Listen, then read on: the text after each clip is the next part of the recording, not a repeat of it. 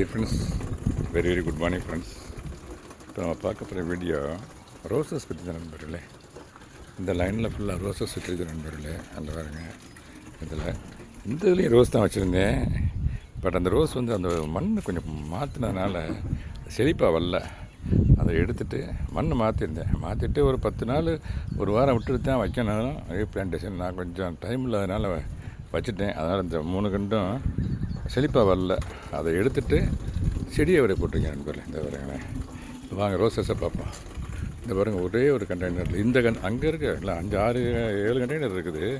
இன்றைக்கி பூத்து மறுகடை பாருங்களேன் ரோஸ். பாருங்க, இது ஒரே கண்டெய்னரில் பூக்கள் மட்டும் 4 பூ இருக்குது. இந்த பாருங்கள், மொட்டுக்கள் ஒரு 15-20 மொட்டு இருக்கும்போது இருக்குது இந்த கண்டெய்னரில். அடுத்த கண்டெய்னர் போனால் வாங்க, இதில் பாருங்களேன், மொட்டுக்கள் ஒரு 15 மொட்டாக இருக்கும். இங்கே பாருங்கள், மொட்டு மலர்ந்த பூக்கள். இந்த மொட்டு, இதில் மொட்டு, இந்த மலர்ந்த பூ.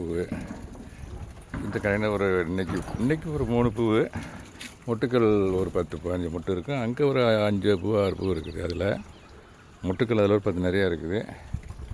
இதில் அடுத்தாப்பில் இதில் வந்து பாருங்கள், மொட்டுக்கள் நிறையா இருக்குது. நாளைக்கு தான் பூவை மலரும் அது.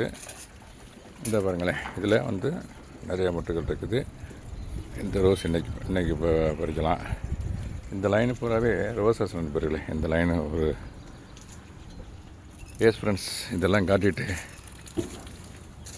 உங்களுக்கு ஹாப்பி கார்டனிங் சொல்லிவிட்டு இந்த வீடியோ கன்க்ளூட் பண்ணுறேன் நண்பர்களே. தேங்க்யூ வெரி மச் ஃபார் வாட்சிங்.